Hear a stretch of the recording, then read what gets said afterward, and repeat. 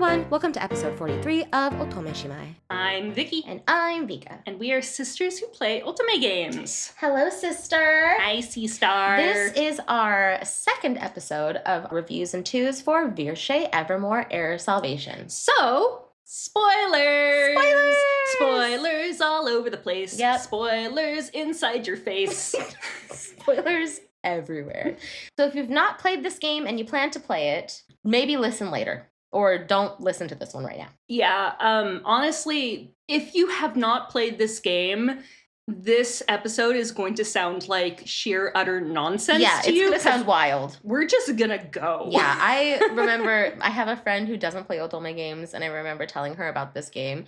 And even after telling her the premise, like listening to just think of what, like the last episode we did, the spoiler-free one, that one she was like, this is unreal and I don't understand what's happening. And she was right, because it is unreal, and no one understands what's happening. No, what is happening? So, yeah, but if you've played it already, or if you're just not planning to play this game, which is also valid. And want to hear a bunch of nonsense that you probably won't understand. Feel free to join us on this fucking wild ride. Yeah. But first, who are you doing this week? Yeah. Who are you doing? I have started the common route of Tengoku Struggle Strayside. That's pretty dope. Yeah. I like the MC so far. Mm-hmm. She is a lady who hates dudes. Okay. She's a lady who hates dudes. Yeah, and her dad, her adopted dad, is like the king of the hells, and she has to go to the human realm with a bunch of criminals, and they have to go stop other criminals. Mm-hmm. And that's all I've got. Cool. I mean, that sounds like a dope storyline, I'll be honest. Yeah, so far it's a lot more straightforward than Virche. I mean, yeah. I think a lot of Otome games are a lot more straightforward than Virche. You mean all other Otome games are a lot more straightforward than Virche? Yeah, even the really wild ones. The ones that we've played that we've been like, what the fuck is happening? Almost pretty much way more straightforward than Virche. Yeah. Before we get into that, who are you doing this week? I'm playing 9 R.I.P. Are you? Tell me about it. Tell me. Okay, so I have the limited edition copy, and it's got all the goodies in it. So I opened the box. Box is pretty. There's a little necklace inside. How's the game? I got a little fan. Tell me about the game. There's an art book. Okay, I took the game out of the cartridge and I put it in my Switch case. That's about all I did. In your Switch case? Yeah. It's not even in your Switch? No, it's not. Okay, so Vka, to play a game, you have to put the cartridge in the console. Yes, you are right. But it's been a very busy life. It's been a very, very busy month for me, and I haven't been home very often. It's been a really, really messed up week. A really, really messed up week. Yes, it has. It has been maybe not a messed up week, but a very busy one. So I do plan to play it, and if I come back and I haven't played it, you guys can get on me for that, because I will start it. I promise. I'm going to hold you to that. Yeah, you should. And you guys should too. Everyone should. I will do it. I believe. Hold me accountable. I am making eye contact with your left eyeball right now. And that is very serious, you guys. You can't see it, but she is actually making left eye contact. Making left eye contact. Thank you. Let's get into it. Let's get into the spoilers. Okay. So the first thing that we're just going to go off on is science. The bad science. The bad science. All the bad science. We've mentioned this before. Yes. Our mother is a botanist. Yes. She has a PhD in botany. Yes. Our father is also a botanist. He doesn't have a PhD, but he is still a botanist. Mm-hmm. He's still a science dude. Yeah, there are many science people in our family and around us. Mm-hmm. I work with scientists. You work with scientists. Mm-hmm. There's just lots of general science around us. Mm-hmm. Even if neither of us are like hard science people, we at least know a little bit about the science. Yes. And we know enough about the science to know that this is bad science. Yes, this game does not science well. It doesn't science at all. I mean, there is a scientist at the Institute who gets confused and asks Xian, what is a genetic disease? Oh my God, you're right. You're right. I remember that when they were going through Nadia's route. What is a genetic disease, says the scientist who clones people for a living. Yeah. Oh, yeah. Oh, so bad. So bad. I mean, okay, some of it is based in fact. What? That the flowers are poisonous? Yeah, but they don't talk about... Okay, so spider lilies, yes, are poisonous. But they say that the spider lilies in this game are poisonous specifically because they suck up the poison from the ground and make the ground less poisonous, and they become poison. Yeah, so, okay, I think we need to talk about the whole reason why the island is like this. Because this made me crazy. Mm-hmm. So the whole reason why this island is its own little thing, no one can get into poison. Poison. The whole reason why this island is like this is because of wars. Yeah. Like, they basically wanted to create some way to border their country in a biohazardous material so that no one can get in. That is the way to create a border, yes? Exactly, yes. Biohazardous material all over your country. Yes, all over your country, everywhere. Over the place. Well, not everywhere. Their intention was on the outside of the country. You know what happens when you, like, put poison next to things that you don't want to be poisoned? Usually the things next to the poison will also get poisoned. Yes, yes. Especially if you put it in the fucking soil. These poor people, they're eating food out of this soil, drinking water, living their lives, picking flowers, and they're just... And then the great thing is that when the ricoras get planted, it actually slightly lessens the poison. And so the people live slightly longer. Yes. But then it's been so long since then, people blame the flowers for the poison. They forgot. They legitimately forgot. I think no one knows. Well, I don't think they forgot. I think it was a cover-up. Oh, the royal family covered it up. The royal family, they created it. Yeah, the royal family covered it up and, like, blamed everything else so that they could stay in power. Yeah. But back to the bad science. This poison, from the time you are born... Yeah. Every year removes one of your chromosomes. Yeah. You have 23 chromosomes, and you have one less every year. Yeah. And then when you're 23, you have one chromosome, and then you die. Because your last chromosome is gone. Because that's the way that DNA works. You can lose chromosomes and still one chromosome equals 1 year of life. That's the way it works. If you lose one chromosome, that's 1 year of your life. Yeah, everything's the same. Everything else is the same. Nothing is wrong. You just less years. Also, so theoretically, what they want to do is build humans with lots of chromosomes. Yeah. You know, if somebody is born with 65 chromosomes, then they'll live until they're 65. That makes total sense. Oh my god. Yeah, you guys, the science doesn't science. The DNA doesn't DNA. Well, also, I love how if you are born in a field of poison, you become half poison. Yeah.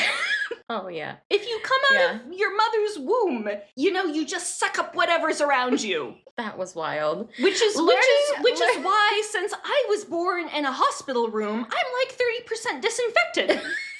Because that's the way that works. Oh my god. Learning Sidis's origin story was horrific. Like, both of her parents were actually in love. They like went to this licorice field. They met Adolf? I don't remember. Uncle? Something like that. And the parent dies. I think he just like watched them give birth. And was like, I can't meet her yet. It's not the right time. It's not the right time. Oh, because time travel's a thing in this story. Okay, not only is bad science, like genetic science there, but also bad time travel. I mean, is there good time travel? I mean, I think there's some that kind of make sense. Well, also, they didn't really explain the time travel. They didn't explain the time travel at all. They were just like, they figured out how to do this. Yeah. And so it happened. Yes, exactly. They're like, okay, he ended up leaving the island and accessing time travel and then went back to the island so that he could save her. But like he had to he had to live multiple timelines. It was really weird. And that's why it was he has so a confusing. gun. Okay, but the point of all of this is that this game, when you first start playing it, it comes off as fantasy sci-fi. Yes. It comes off as fantasy. It's like, the god of death. like, ooh, it's not. mysterious. It's sci-fi. Yeah. It's a sci-fi game. Yeah. There's no fantasy in this. Yeah, there's no fantasy. No, there's none whatsoever. Yeah, it's clothes. All of it is explained by science. Yes. Terrible Bad science. but science. Yeah. Yeah, no, it's wild. So we haven't even talked about the roots yet. No, because we had to get this out of the way first. The bad science. Bad science. Oh, you guys. The science is bad. Yeah, it's really bad. So every time you have a bad day, I'm gonna be like, oh, I'm so sorry. Are you down a chromosome?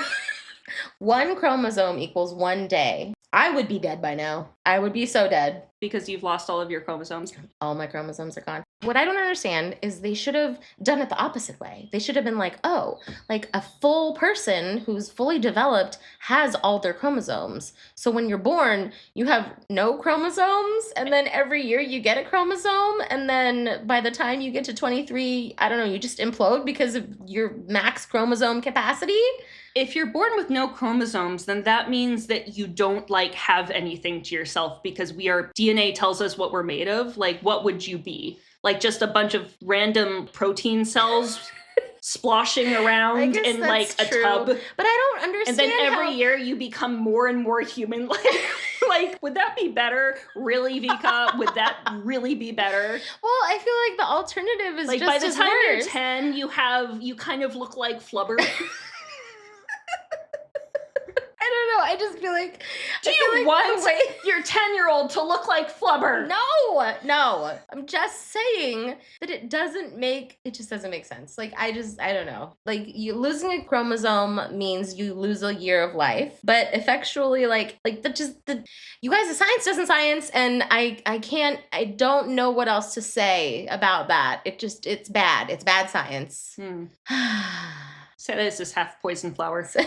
Yeah, she is. She's half poison flower. Mm-hmm. And Eve is cursed by it too. Yeah. He's also got flower in his body. Because he ate it. He ate the flower bulbs. Oh, and then Anku's blood is like it's a diluted poison, basically. An anti-poison? An antidote? Antidote, yeah. Yeah, I was trying to say anti-venom, but that's not right. Yeah, it's an antidote because he constantly eats the flowers. Yeah. Because that's the way that works, too. Yes. If you eat the flowers that's sucking up the poison from the dirt, then it becomes incorporated in your body, and you get super, super sick, and you, like, kind of die, but don't die, and then become an antidote. Yeah. There's a little teeny tiny bit of correct science behind that. Like microdosing poison makes you immune to the poison. Yes, but if you just cut your hand open and give your blood to your girlfriend, she's not automatically less poisonous because she's already poisoned. Yeah, and also that's the way that blood transfusions work. You have to drink it. That was the funniest thing, was the beginning of the common route where she's in the licorice field and she's so sad. She's about to do the thing with the dagger. He comes up behind her and he's like, let's make an agreement. And she was like, paint your lips with my blood. Yes, and now the curse is on hold. Just quick pause. Quick pause. No curse because you got my blood all over your mouthy mouth. Except he doesn't tell her that. No, he's just like, I did it. And she's like, yeah, okay, so the death god told me that the curse is on hold, and she notices no one's dying around her. Yeah. So obviously he did some magic. No, he just put some blood on her lips, and that did it. Blood on the lips. Curse on hold. Done. I mean, that color, although, to be honest, is a really nice shade of, like, dramatic lipstick. The color of blood. Uh-huh. Where are you going with this? I'm just making a comment that she could pull it off. You know. Siris? Yeah, why not? Sure. She's a pretty lady. She is a pretty lady. I agree. Yeah. All right, okay, bad science. What about the actual roots? So, I don't even know where to start. Ibu? We can start at Ibu, yeah. Hugo! Okay, we're starting at Ibu, and the first thing you say is Hugo? Hugo is one of my favorite characters in the game. Ibu, I'm just like, you're a weird little dude who needs therapy. But I understand him. I know He's you do. So sweet. I don't, because I don't give a shit about other people. I guess he needs to love himself before he can love other people, blah, blah, blah, whatever. I resonate with Hugo because he loves someone who's a people pleaser. Oh my god. Oh, you guys. Oh, this one hits. I hate this. I am so uncomfortable right now. I feel like I'm being called out, and I think I am being called out, and that's why I like Ibu, is because he is me. He's just a sweet boy who wants to be loved. But Hugo likes Ibu in a little bit of a different way than I love you. Yeah, I was not expecting that in his route. I think for him to be such a committed partner to Eve was so... Like, knowing he had no chance. Yeah. That was just something. So tragic. So tragic. Beautiful, but tragic. Yeah. Because honestly, if it wasn't like that, I would have totally rooted for them. I would have been like, Hugo and Eve are the, like, OTP. Honestly, I still do that. Like, I think Hugo and Eve are a better couple than Ibu and Ceres. Well, Hugo outright said he hated her, so... Well, but he didn't, like, that, but that was... Because of Eve, yeah. Yeah, because of things. Like, he got over it. But you're right. Like, Ibu's ends, like, they die. Yeah, they do. Like, they get death. Flames, burning, sad. He proposes to her in a field of burning flowers, and as she's one like, does. And she's like, yes, I want this. I love this. And then when you die, I will kill myself. Yep. Well, we're going to go live in a cave together. Yeah. And everyone else on the island is absolutely dead because we blew up all of the flowers. Mm-hmm. So we're just going to go live in a cave and be happy until you die. Yep. And then I'm going to just kill myself. Yeah, like we're fugitives in a cave. Exactly what happens. Cool. I just... I will say that I think the characterization of him was pretty fun. I liked that he was a little bit of a ditz. It was silly. Yeah, I liked that he couldn't cook. I liked that he kind of didn't make sense. I kind of liked that he didn't have very good luck. Like, one of the scenes, he literally falls out of a tree. And she's like, wow, you fell out of a tree. I need to take care of you. And Hugo comes up to him and is like, you know that bad things happen to you. Why did you go into the tree? He also, like, falls off of a roof at one point. It's so sad, but he's so sweet. And this scene made me cry, was the one where she ends up seeing the imprint of the flowers under his mask. Yeah. And he was like, no, don't look at me. Like it's awful. Because remember, they originally met when they were younger. Yeah. Like, her poison caused the fire. More bad science, guys. Her poison caused the fire. Poison is flammable. I mean, some poison is absolutely flammable. Sure, but the air around her caused the whole orphanage to explode? You know, it is what it is. So anyways, he saves her from a burning building. He gets this scar on him, and it has the pattern of the licorice. And it was such a beautiful scene because he was expecting her to be, like, disgusted and grossed out. Because everyone's scared of these things. Yeah. Everyone's like, oh, it's the flower of misfortune. It's the flower of death. Like, we're all going to die. Mm-hmm. So if you're marked with it, that's got to be bad juju. And she's just like, no, but we're friends. Yeah. It was just so sweet. It's okay. So sweet. It's okay. Well, all that means is that the other people around you are assholes. Yes, exactly. So I did like Eve's route. I actually think that Eve's story was kind of like one of the ones that I enjoyed the most out of all of them. Yeah. I mean, it was the most connected to, like, the traveler and like the background of the lore. Like, we didn't get the sciencey aspect, but we got the lore aspect. Maybe that's why, is because there was less bad science in it than all the others. Yeah, that could be it. There was a lot less bad science. There was still bad science in it, but still there was less. Yeah. I don't know. I thought there were some scenes that were super cute. I really like Eve's character design too. So I think he's very cute, and I think that they look good together, him and Ceres. So you know who else thinks they look good together? Who? Anku. Right. Every single route. Ships them. Yeah, no, every single route that you go into, she goes and tells Anku, like, I'm gonna pair up with this guy and, like, work with him to figure out the murder or whatever, because they're chasing the murderer. And everyone he goes along with, he's like, not that one. Not that one. Nope, he's the worst. Not that one. Even Adolf, who he is, well, he's like, he's a dumbass. He's a dumbass. And he's right. He is right, a dumb. But Eve, he's like, yes, that one. That one. That is the right one. I ship you hard. Go there. Even though I'm in love with you, I ship you and that dude. Well, Adolf also ships her and Ibu, which makes sense because they're the same person. Yes. Yes. Yeah. So, Luca. God. Can we go back to talking about Ibu? Nope. We talked about Ibu long enough. So a lot of bad science here. He's basically being mind controlled by Dr. Cappuccino. Yeah, Dr. Cappuccino. Dr. Cappuccino. Because Dr. Cappuccino isn't actually Dr. Cappuccino. He used to work at the Institute. He's a crazy dude. Yeah, his name is actually Ori? Something like that. No matter what, I call him Dr. Cappuccino. So. But he was like the direct competitor when Xian first started doing research. And he wanted to like work with the royal family to do some very nefarious testing and things on people for his own reasons. Like his reason wasn't, I want to cure the curse. His reason is I'm a psychopath and I think genes are beautiful and I'm attracted to them sexually. Yes. That's his thing. And then gross. I hate him. In this game, there is no more hated character than that one. Like even Jean, awful, but he was redeemable at the end. Still, he helped them out at the end. Exactly. But Cappuccino was just horrific. Yeah, absolutely horrific. Honestly, Luca's route was heartbreaking. Was so bad. Heartbreaking. Like, especially since Nadia is such a likable character. Yeah. And it was horrible. Just what happened to her was absolutely horrible. The fact that Luca was the serial killer, I actually found kind of funny. The strange thing about that was I kind of like it had to be one of them. Yeah. Right? So or it had to be someone. Yeah. So I was like, okay, could it be Hugo? Could it be Jean? It could be anybody. And then to find out it kind of was Jean.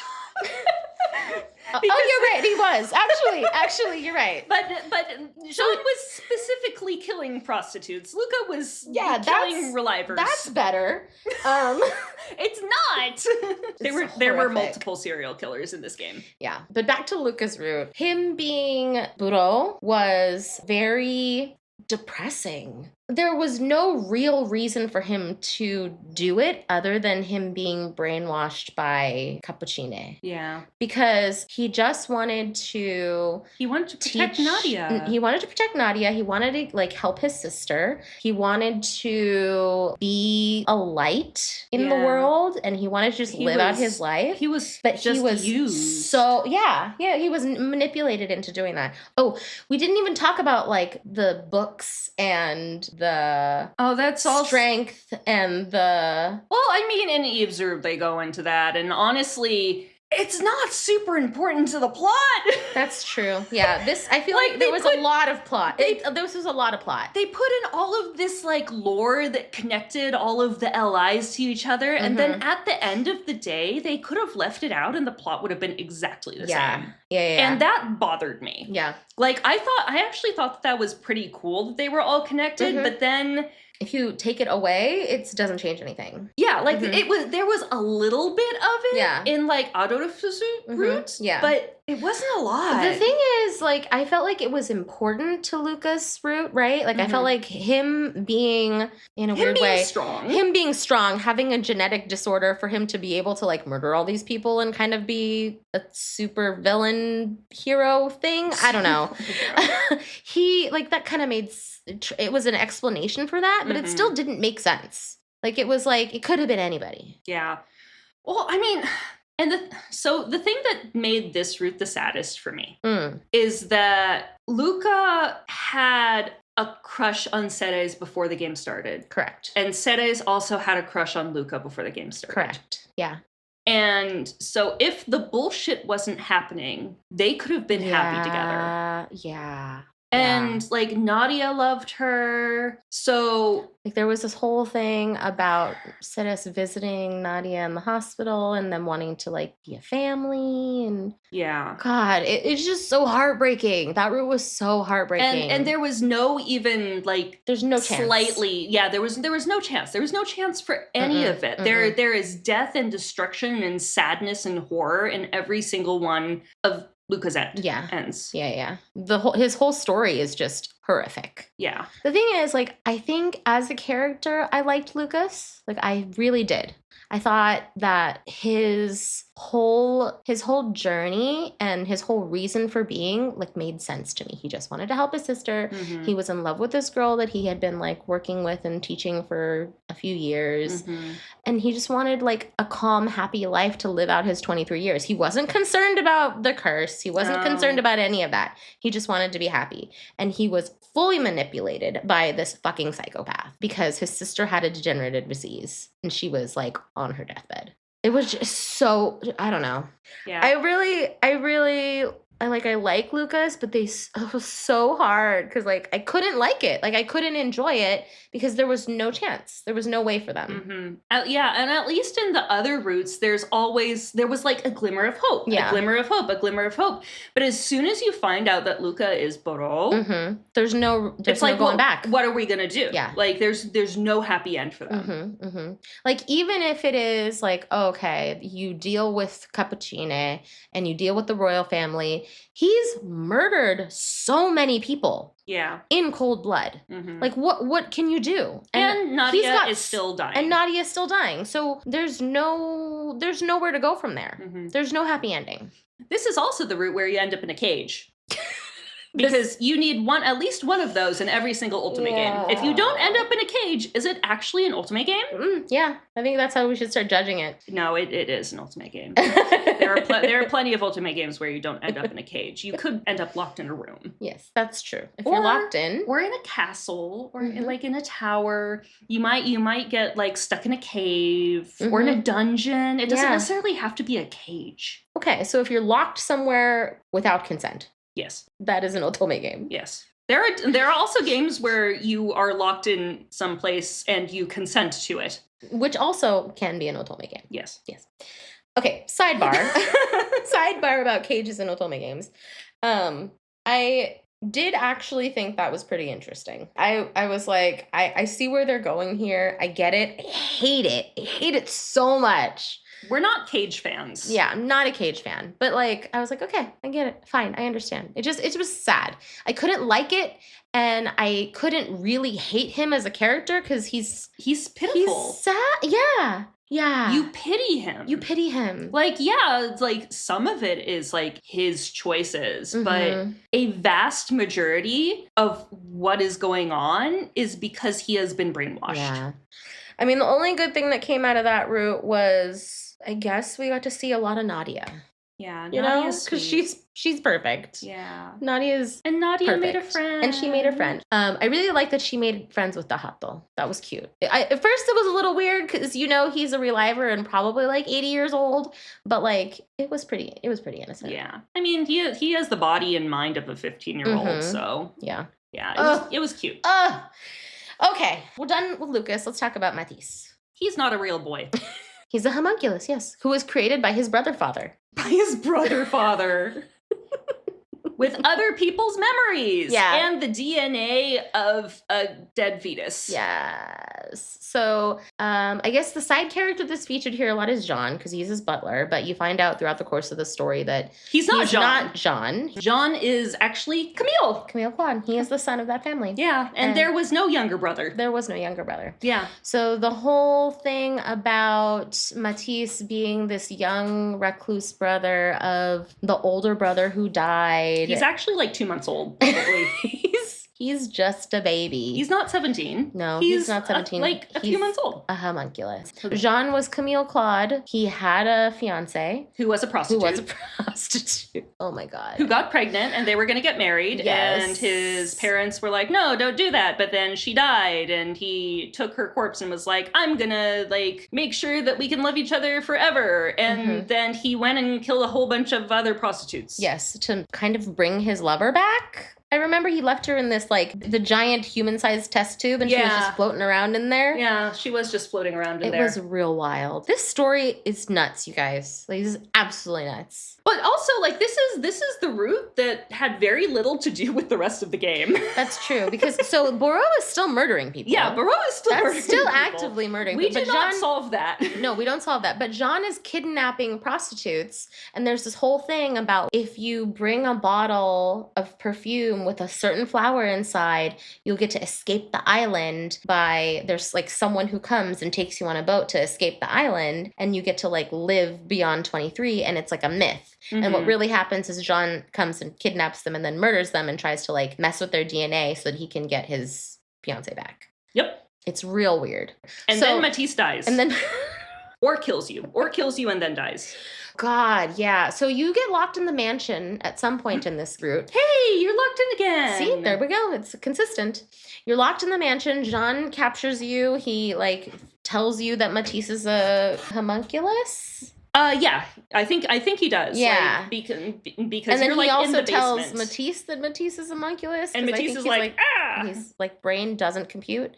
But it got me, that one scene where like he like is pitiful. He's like out in the rain, and then he has to take a bath, and then she like is drying his hair because she's his maid. Oh, in every route, she has a job. She has a job. So in Eve's route, she gets to just go live with Eve and be his like assistant for Korune. And then in Lucas's route, she gets to be his assistant teacher. Yes. And then in Matisse's route, she just goes and works as his maid. And in Xian's route, she's like his assistant maid. Yes. So yeah, she gets to work, I guess. She gets to be a maid in like in all of the routes.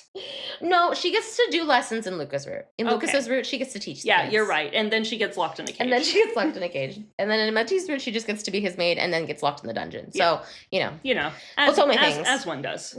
But the thing about that was that like Jean was so horrific to Matisse, knowing that he was his son brother. And he like kept making him murder or like close to murder Ceres so that he could deprogram emotions out of him, but also program emotions in him so that he could make it so that his lover would remember him. It was so convoluted. It was so confusing because his whole goal was he wanted his lover to come back. He wanted to revive her and have her fall in love with him and then be perfect together again. And basically Matisse was the guinea pig for all that. It was bad. Yeah. Honestly, I really did not like Matisse's salvation end. Oh, yeah. No, that was like, pretty wild. That was like the heck? Yeah, it didn't make any sense to me. No, because Jean dies, and so Matisse like can't be like charged. Backed up, yeah, or whatever. And so they turn him into a reliver, but he doesn't have memories of Ceres. Because he's not real. Yeah, because he's not real. And then he just runs out of the institute and randomly like runs into her in the market and is like, you. He's like, I don't know you, but I love you. Will you love me? And she's like, okay. Because she remembers him. It doesn't make any sense. It's so ridiculous. So yeah, I don't know. All of their salvation ends were kind of awful. Except for Xian's. Hey, I just met you. And this is crazy, but here's my number. So love me forever. I don't like it. I don't want it. If a child walked up to me in a market and is like, I think we could be in love with each other. Yeah. Because that's what he is. Yeah, he's a child. He's 17. There's nothing more that I can say. Yeah. Nope. Yeah. Xian, my favorite of favorite roots. Yeah. Because it wasn't so ridiculous. We have to feed him sandwiches, and he mostly ignores us, but then spending time together makes people fall in love. And then Xian's like, I'm not gonna do the crap that the royal family wants me to do. And the royal family's like, okay, then we'll put the Hato in charge instead. Yeah. And then there's lots of like butting heads, and then Xian like fixes the emotions thing. And Dahato's like, oh, I'm on your side again. And then they live happily ever after Arorofu gets beheaded by the Imperial Guard. That was the worst part of this route, honestly. Like, I generally thought this route was pretty nice. Like, it was exciting. Yeah. There was a lot of things happening. Like, even though the science was awful bad. And the child murder. Like, remove that. And actually, even if you keep that in, this was still one of the more digestible routes. Yeah. It was pretty. I like Xian. I liked his salvation end. He is pretty. He is smart. He likes puzzles. Yeah, he likes puzzles. I mean, he'd be an awful first date, but once you get to know him, like, pretty great 7th date. And he really does like Ceres. He does. Like, he changes for her. Yeah. And it isn't like an instant thing. It's like a gradual getting he comes to know love you. her. Yeah. Well, I mean, he's been in Reliver for so many generations, basically, that, like, all of the emotion has been bred out of him. Like, think about it this way. He was one of the first Relivers. Yeah. Right? Because he invented the technology. Yeah. And he tested it on himself. So, he's all of that memory re-upping or memory downloading and it inhibiting keeping of all of the emotions has been happening for so long for him that like it's like it truly is bad science. It doesn't make any sense of how he gets it back. It doesn't make any sense. But the fact that he does, I think is sweet. I think they do have a good relationship. He is a little like smarmy and kind of a smartass, and that's kind of my type, so I can't be mad at it. I do like it. I think he's hot. I'm glad they fixed his lungs. I'm glad they fixed his lungs too. He was sick there for a while. He fixed his lungs. He experimented on himself, yes. Yes. Yeah. Yeah. I mean, honestly, Xian's relatively normal, so we don't have to go on a long rant about him. Yeah. And I think, well, we'll talk about Dahut in the next part about Adolph's route.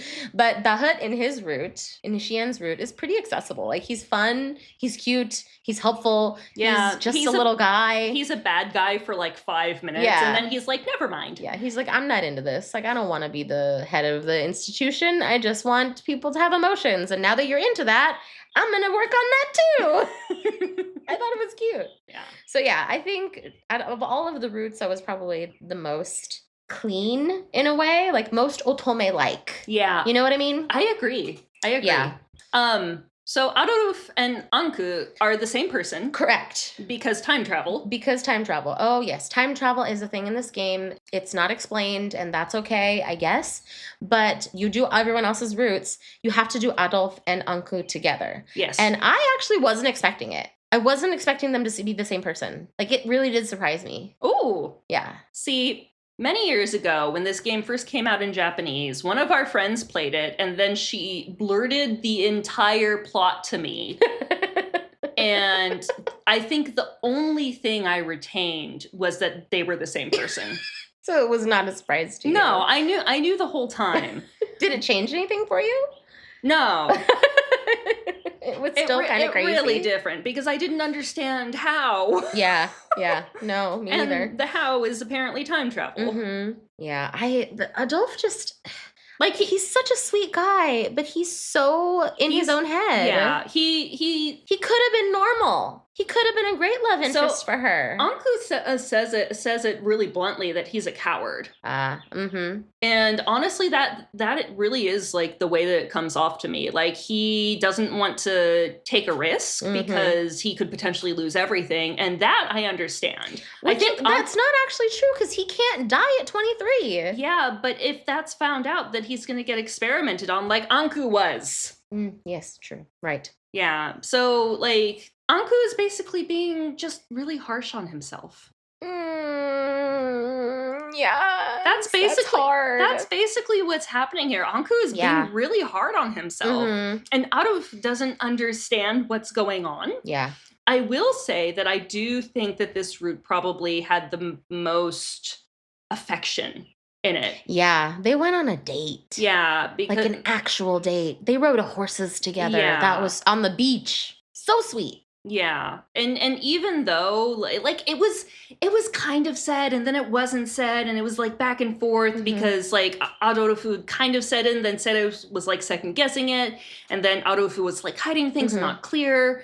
But like, so I don't know. It's complicated. He's definitely not my favorite. I mean, I very much prefer straightforward people, and he is not that. Like, he's hiding a lot, and I get it, but I'm also not into it. I feel like he could have said something to Ceres knowing that she had her own thing. Like, the fact that she is death say it that way. Like the fact that she's poison and everyone around her dies because they're exposed to her. But he doesn't because he's not of the land. Yeah. He was brought there, I guess, or he was abandoned there. He washed up on the beach. He washed up on the beach, yeah. Yeah, so, like his parents threw him into the ocean. Yeah.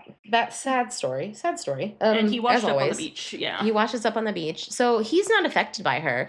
But like knowing that this thing is happening to her and it's a weird thing, I feel like he could have confided in her. Yeah. Realistically, I feel like he could have done it and she would have just been like, okay. She wouldn't have gone to the authorities and been like, this guy, he doesn't age. No. Because no one would believe her. Yeah. So, I don't know. I think he like kept too much to himself. He was in his own head too much. He was sweet though. I like his character design. I like his voice. I think he's a nice character. I think them being like him being, what, is he the poster boy? So I don't understand why they do it this way. It seems like Ibu is the poster boy, but it's actually, I really do think it's actually Arorofu. Yeah, I think Arorofu is the poster boy. Yeah. And you know, some games, they don't make it super, super clear. And I think this is one of those games because when you like see the previews for the original game, it really seems like it is Ibu, but I think it's Arorofu. Yeah. I mean, he literally like turns back time to save her. Yeah. Yeah, for sure. For sure. She is the center of his life. Yeah. The thing I want to talk about with Adolf and Anku's root, not only the fact that Anku and Adolf are the same person and that Anku just has been... he's just been hanging out for like 1,000 years. Yeah, scientifically been experimenting on himself and with others. The fact that Dahat and Mother, Salome, play a very important part in this story. Like, I knew that there was some weird shit going on with Salome. Yeah. Like, that was clear. Yeah. So finding out that she's actually the lost queen or the lost princess was like, oh my God. Okay, totally makes sense. But do you know who was a complete surprise? Dahat! They did that really well. And maybe you guys like tell us if you feel the same way. Because I didn't at all. It took me like I knew it right before they told us. Yeah. Because I was not expecting it. But and I love Dahat so yes, it did.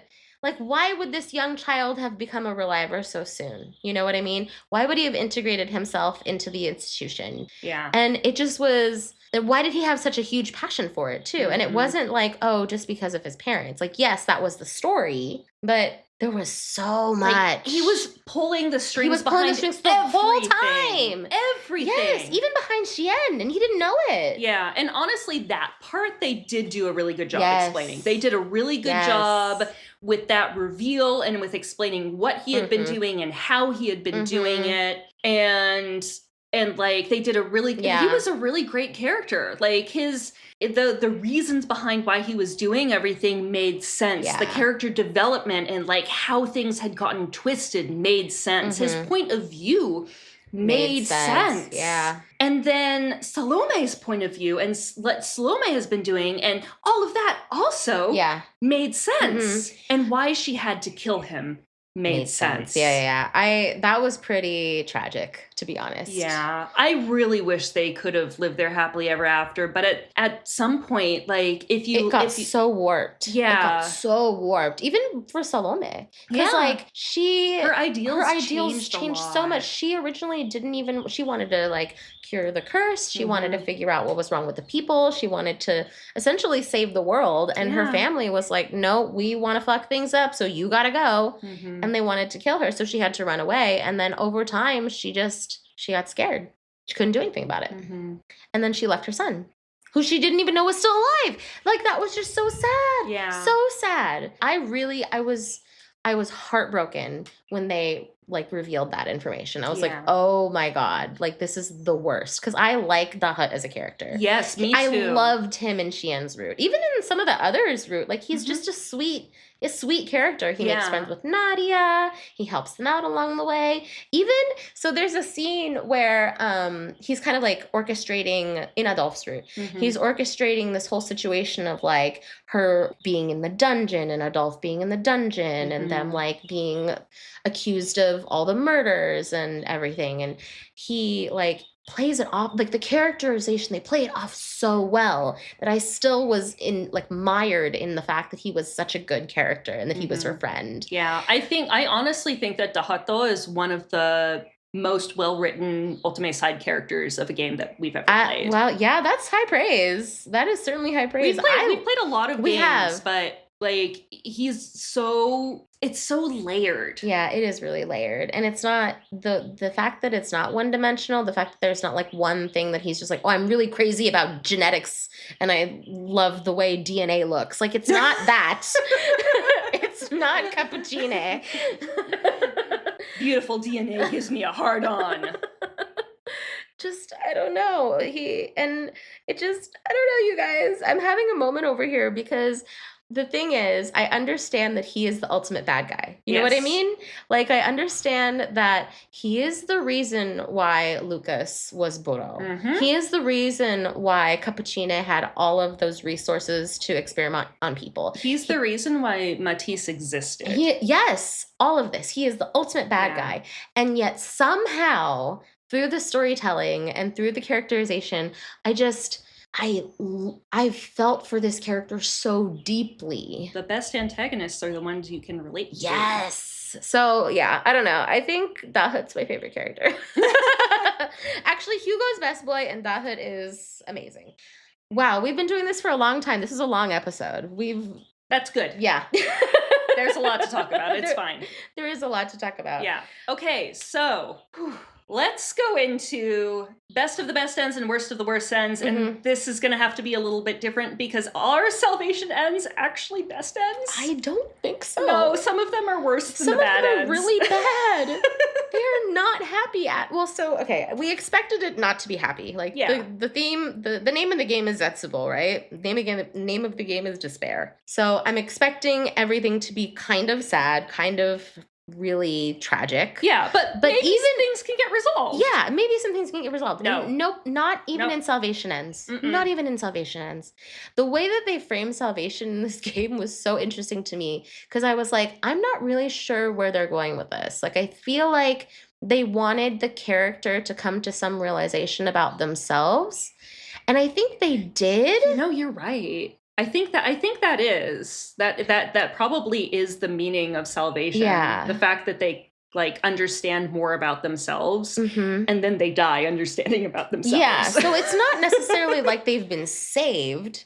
Like, I feel like there's no real good ending, but at least before they die, they're at peace. They're at peace. Yeah. Kind of. In a way, but even some of the endings, I'm like, I don't really feel like did they die in peace? Yeah, like was anything resolved? Yeah. Or did just like bad things happen? I feel like the only one who got a good salvation ending was Xian. Same here. I think Xian's salvation end is probably the best end outside of like the final end. I mean, actually, no. Even if you include Arofu getting decapitated and some of the children at the orphanage getting murdered in cold blood, Xian's salvation and like both of them are alive and they're in love, and Xian is going to start working on a cure for the curse. So, best case scenario, to be honest, for this clusterfuck of a game. Yeah, except for Arofu. Except for Arofu. Oh my God, and Dahato. That made me cry so hard. Dahato died too. Oh, that's why they could keep doing the things that they were doing. Yeah, Mom murdered him. Mom murdered him, yeah. Well, what about your least favorite end? Okay, so this is a twofer for me because one of my favorite worst ends was actually just kind of the most entertaining one. And that was Lucas's, there was one tragic end for Lucas where it's the getting locked in a cage. Oh, yes. Yeah, he brings her into a cave, stuffs her in a cage. She basically So here's the thing that I don't understand about this. It just didn't make sense to me.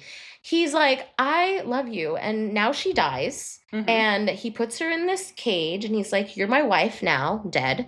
But she like decomposes to bones within his lifespan. But he's 22. So it takes a year maybe for her to decompose into bones. Like, I don't understand. How long does it take a body to decompose in a cave? Yeah, I feel like that just doesn't make any sense. I'm going to Google it. Okay, 6 to 18 months before the skin is gone. So knowing that Lucas was pretty much about to die, he was doing this right before his body was about to give out. Yeah, no, that wouldn't have worked with the timeline. No, it didn't make any sense to me. Not unless, like, he had someone remove the flesh from her bones, which I doubt he did. Yeah, I don't know. I just thought it was fascinating. I also once again, the science is not science. The image of him putting a wedding ring on her bone hand in a cage was just so tragic. I couldn't get over it. That was the thing that stuck in my head the most. It was awful. It was the worst. Well, oh well. What was your worst end? So I don't know if I have, like, a least favorite bad end, just because they're all bad, but the one that made me giggle was one of Xian's bad ends. And it's the one where Ceres dies, but before she dies, he uploads her consciousness into his own brain and spends the rest of his life talking to himself, her. That's right. But I'm just like, can you imagine if your significant other lived in your head and could hear all of your inner thoughts? That's so sad. Yeah, that's so sad. No, like, you'd go crazy. He did go crazy. He did go crazy. Oh yeah, that was pretty horrific too. That's some fucked up sci-fi shit for sure. Yeah. I think objectively that wasn't the worst of the worst ends though. What about you? I feel like the worst end, aside from just being objectively bad and one that I thought was absurd and just stuck in my memory, was Lucas's salvation end. It wasn't even a tragic end. It wasn't even a bad end. It was his salvation end. That was bad. The end of that route is the CG of the gravestone, where they both are dead. Oh, and Ceres isn't even named. No, she's not. She's not even named. It just says, it's like, blank. Boro and his lover. Yes. Isn't that fucking crazy? I was like, are you kidding me? How is this salvation? Everyone dies. Everyone dies, and they don't even get a happily ever after because obviously he's a murderer and she loves him, so she follows him to the grave. It's horrific. It's this whole game. This is a horror sci-fi fantasy, and it delivers. Yeah. In all of the aspects. Well, actually, in the horror and the sci-fi, it does not deliver in the fantasy. No fantasy, just horror and sci-fi. Okay, final thoughts. Okay, so this is not my type of game. I am not into the super angst. I do like horror, but not like horror Otome games. I like horror movies. So this, like, I was not excited to play this game. I played this game because you were really excited about it. Yes, thanks, sis. And it was really entertaining, but it was a lot. Yeah. It was a lot. I had a really hard time keeping track of everything. I have ADHD, so that definitely did not help. And like I said before, this could have been 4 different games. Yeah. Easily. There are a lot of things that they could have done a better job explaining more clearly, and there were a lot of things that I don't think needed to be in the game. But even though it confused the heck out of me and it is not my type of game, it's definitely a game that's going to be sticking with me for a really long time. You're not going to forget the bad science. I'm not going to forget this game. I think objectively this is a good game, even though it is not my type of game. Yeah. I just wish that they had done things a little bit differently. They had done things more clearly. Yeah. I wish that they had done the locked routes differently. I had a really hard time remembering what was happening when I had to play like 4 different LI's routes before going back to the first LI and like getting their quote unquote best end. Yeah. But yeah, like if you are into this type of thing, then go for it. Yeah. Like I bought the fan disc. This is not my type of game. Yeah. I would not rate it even in my top 10 Otome games. Yeah. I'm going to remember it forever, and I'm going to play the fan disc. Yes. Does that make sense? That totally makes sense. Yeah. Well, for me, this is my type of game. Yeah. So I had very high hopes for it. it did let me down in those things that you mentioned. Like the gameplay was pretty like not stilted, but it was just so convoluted and disorganized. Yeah. And it was such a slog, and I couldn't stay focused for a long amount of times. And I feel like all of the stories kind of blended together in a way where I was playing a route and then I would have to remember like, oh, I'm in this person's route, but I actually don't know this about this person because that's from their route. Mm-hmm. And it was hard for me to keep track, really. Yeah. And I felt like I couldn't really bring myself into understanding where Cetus was. Yeah. So it was really hard for me to like get into the mode of like, okay, I'm in an Otome game and I'm playing a romance game. It was kind of more like I was playing a visual novel of just a visual novel. Of like, a horror mystery. Like, yeah. And that actually was great because I fucking love mystery novels. Like, I love them. Yep. So I really did like it. Like, it was intriguing. The story grabbed my attention. The only thing is, like, I think it could have been organized better. I didn't like the system of going back to certain decisions in the game where, they give you the page. Yeah. And they give you this, like, graph. And you have to like traverse down the graph in order to figure out like what really decision you go to. It was really easy to miss like one line of dialogue. It was easy to miss stuff, and also there's like no context, so it doesn't tell you like where you're going back in the story. It's like, oh, this is everything for the LI, and you just kind of have to travel through it to figure it out. Where's my missing dialogue? Exactly. Because I can't unlock the last route. Yes, yes, it was so complicated in that way. I mean, yeah, I there are things I didn't like about it in that way, but like you said. Like, I'm going to play the fan disc. I liked it. I'm ready for it. I'm excited. We have it. We're going to do the thing. I want to play it so badly because I do want to see what they come up with. Like, I want to see what those interlude stories are. I want to see what the alternate timelines are. Do you want me to send you home with it? It's in the living room. Maybe. But I said I was going to play 9 R.I.P. Yeah, and if you don't start playing within the week, I'm going to mildly scold you. Yeah, we don't want that. So I'm going to try my best to do that. Anyways, thank you for sticking it out with us. This was a long episode. We haven't done a reviews and twos in a while. But this was a wild one.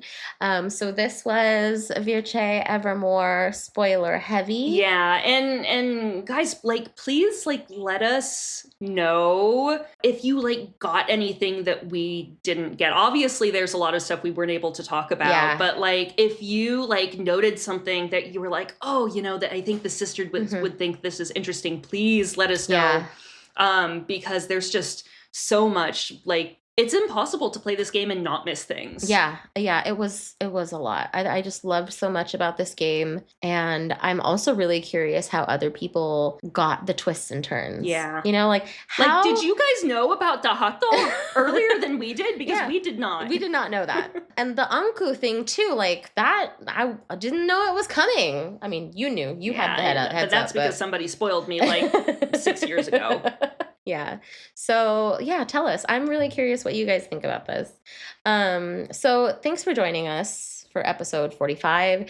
If you like what you hear and would like to support us, we have a Ko-fi account where you can donate to us keeping the podcast going. We also have Twitter and Instagram where you can stay updated on what we're up to and other cool Otome-related stuff. Thanks so much for listening.